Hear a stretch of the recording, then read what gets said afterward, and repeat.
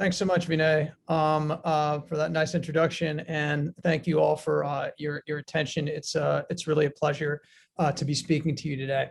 I'm going to talk about the biology and classification of lower grade gliomas, and this is something that, like in many other fields of pathology, has been undergoing change over the last decade or so, in large part because of the increased knowledge that's been accumulating with regard to the molecular underpinnings of these diseases. So the first thing I want to actually start by saying is to remind you all that we call these things lower grade gliomas, but they are very much still malignant gliomas. They tend to be indolent in their behavior early on, but they are ultimately deadly to the vast majority of patients that get them. And that's because of their ability to widely infiltrate the surrounding brain, a property that precludes surgical resection. So much like glioblastomas, lower grade gliomas are also, the vast majority of them are unresectable surgically. At least some cells are always left behind. They inevitably recur and they inevitably progress. But instead of leading to death in about 15 months, they can take anywhere from 5 to 15 years. But ultimately, when you give somebody a diagnosis of a lower grade glioma, be it an astrocytoma or an oligodendroglioma, you are still giving that patient a deadly brain tumor diagnosis. Okay, so how do we think about classification of these into discrete disease entities? Well, up until quite recently, lower grade gliomas, like all diffuse gliomas, were classified entirely on the basis of morphology. Basically, we looked at these tumors under the microscope and decided whether they had features that were more reflective of one type of cell that we see in the brain or another type of cell we see in the brain. And then I could go into what exactly these features are, but it probably wouldn't be of much use to this particular audience. Suffice to say that we used to separate them into features that looked astrocytic or oligodendroglial or mixed, which had features of both. So we get astrocytomas, oligodendrogliomas, and mixed oligoastrocytomas. This mixed category doesn't really exist anymore right now because, in fact, there are no unifying molecular features for that category. And then here on the y-axis, we had other histopathological features, notably increased mitotic activity, microvascular proliferation, and necrosis, which separated these conditions into Hube grades, which were essentially our estimations of the biological behavior of a lesion in the absence of clinical treatment. All right, so what's happened more recently is highly recurrent molecular features have been ascribed to both astrocytomas and oligodendrogliomas, really defining them as distinct entities from themselves, but more particularly from primary glioblastomas that seem to be an entirely different type of tumor. And while the histopathological features that you see here tend to track with specific molecular alterations, their association is not complete. And what actually does determine the biological behavior of the tumor itself is the presence of the defining molecular features. And so we've sort of turned this entire system on its head and are now classifying tumors by a defined spectrum of molecular alterations rather than the histopathological features. And so essentially what pathology, diagnostic pathology of diffuse gliomas has now become is essentially a series of choice points based on biomarkers that lead to an array of diagnoses here on the bottom. Now, before you guys get nervous, I want you to know I'm not going to be talking about all of these entities today. This is from the CAP guidelines paper, which we're about to put out. And it covers all of the entities that are now recognized by the WHO 2021 classification today. But it becomes much simpler when you realize that a lot of these entities actually correspond to astrocytomas, oligodendrogliomas, glioblastomas, or diffuse midline gliomas. And today I'm actually only going to be talking about these tumors over here. So really, we're going to have our focus over here. I'm going to bring up this diagram periodically just to make sure, to give you a point of reference as to what exactly the entities that I'm talking about. Okay, so let's talk about Idh mutant gliomas. All right, so the defining molecular feature of lower grade gliomas is really Idh mutation. So these are point mutations in isocitrate dehydrogenase enzymes, either IDH1 or IDH2. And they form a firm dividing line between rapidly fatal gliomas that behave like glioblastomas in adults and the tumors that are more slowly progressive, the astrocytomas and the oligodendrogliomas, all of which have IDH mutations. So what is IDH? IDH stands for isocitrate dehydrogenase. These are metabolic enzymes. They normally convert isocitrate to alpha-ketoglutarate as core components of the Krebs cycle. What happens with IDH mutations? These are always active site mutations and always occur in a heterozygous fashion and impart a toxic gain of function on the enzyme, by which the mutant enzyme takes the alpha-ketoglutarate and converts it into an oncometabolite called 2-hydroxyglutarate, which then accumulates at millimolar levels in affected cells. I'll talk a little more about what that may do to cellular physiology in a couple of slides.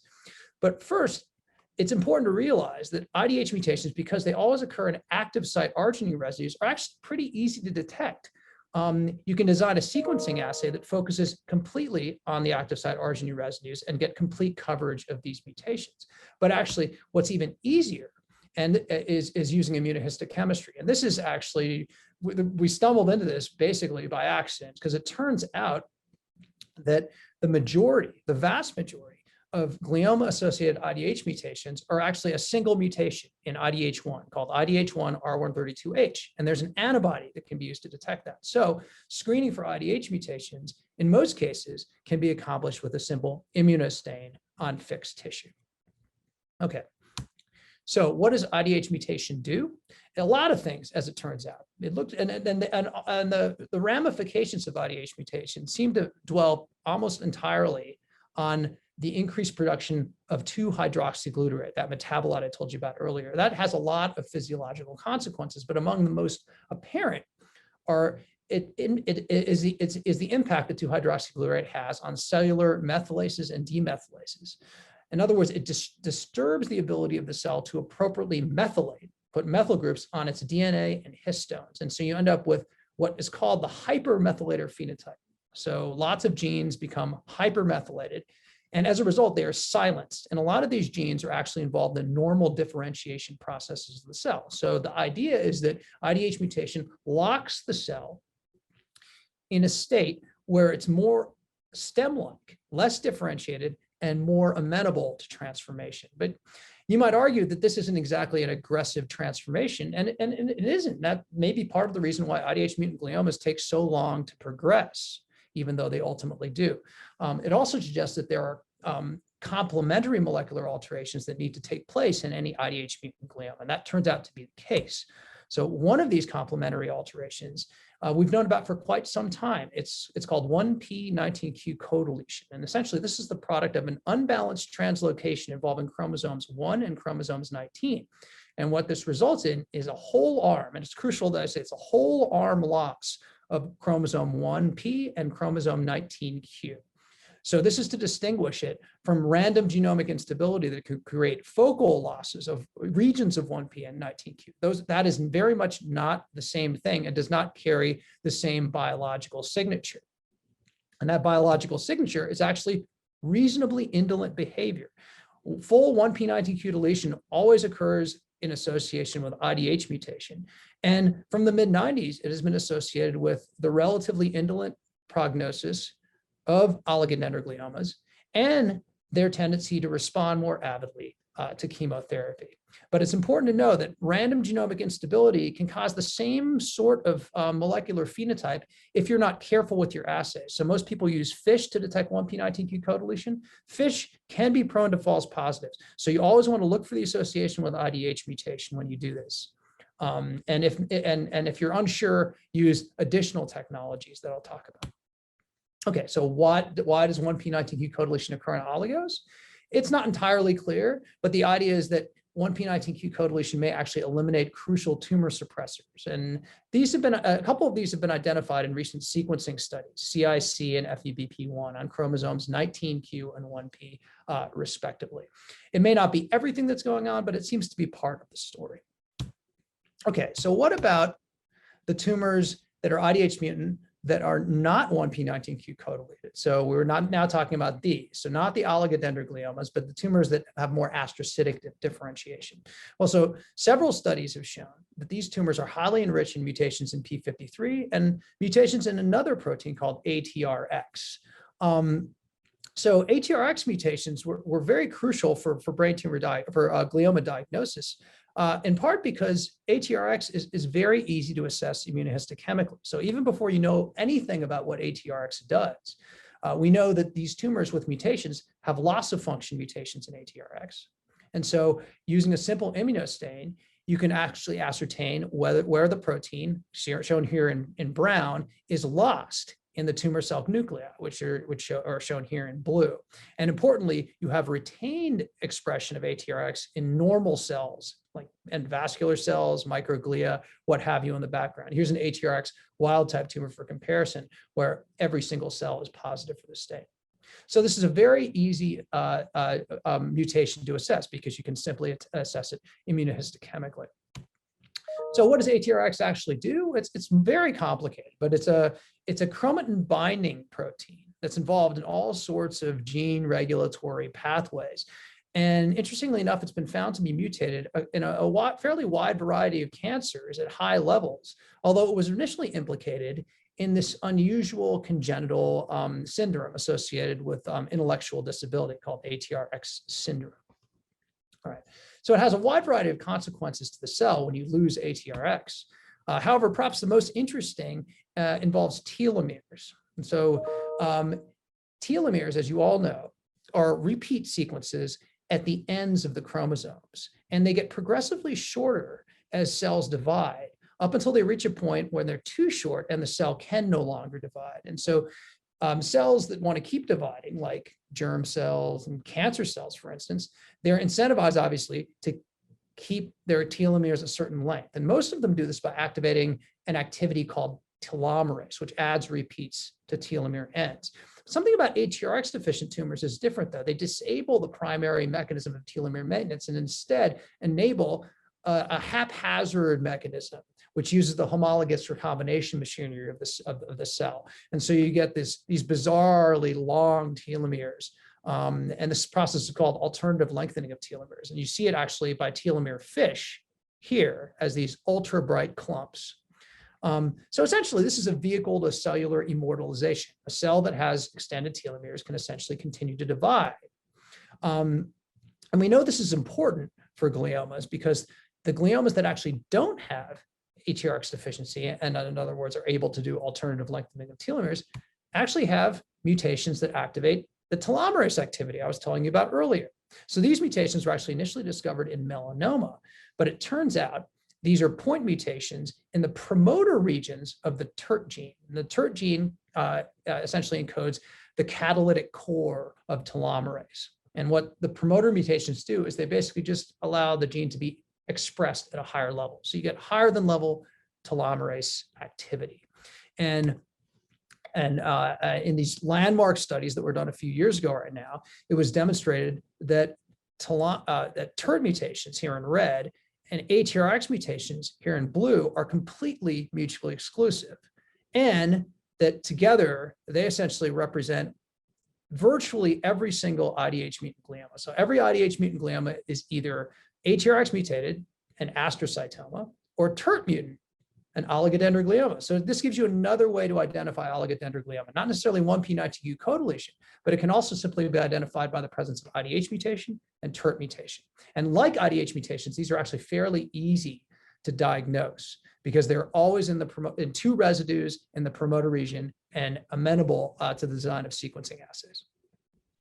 Okay, all right, so I've talked about classifying astrocytomas and oligodendrogliomas right now. I want to talk a little bit now about how exactly to grade them, like which are the ones that behave worse and which are the ones that behave better within those diagnostic categories.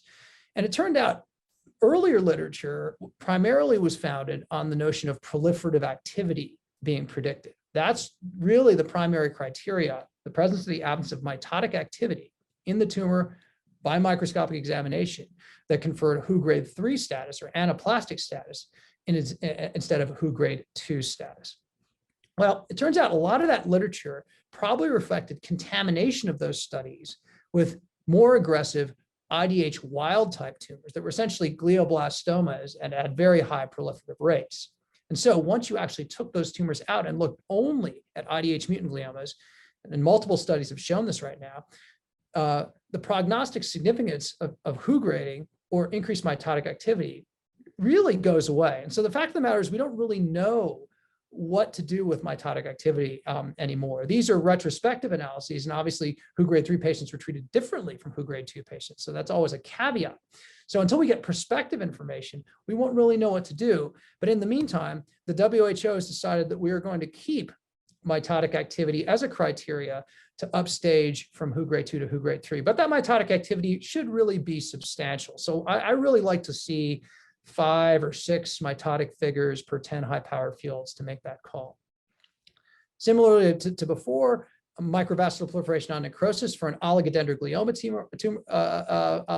oligodendroglioma lineage also will designate Hube grade 3, while on the astrocytic side, microvascular proliferation and necrosis will designate Hube grade 4 status. This is an entity that we used to call glioblastoma Idh mutant in the Hube 216.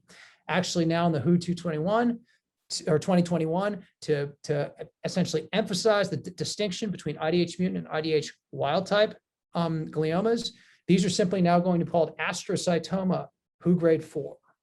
And they're going to be designated once again by MEP and necrosis, but also by homozygous CDKN2A loss. So this is a tumor suppressor located on chromosome 9.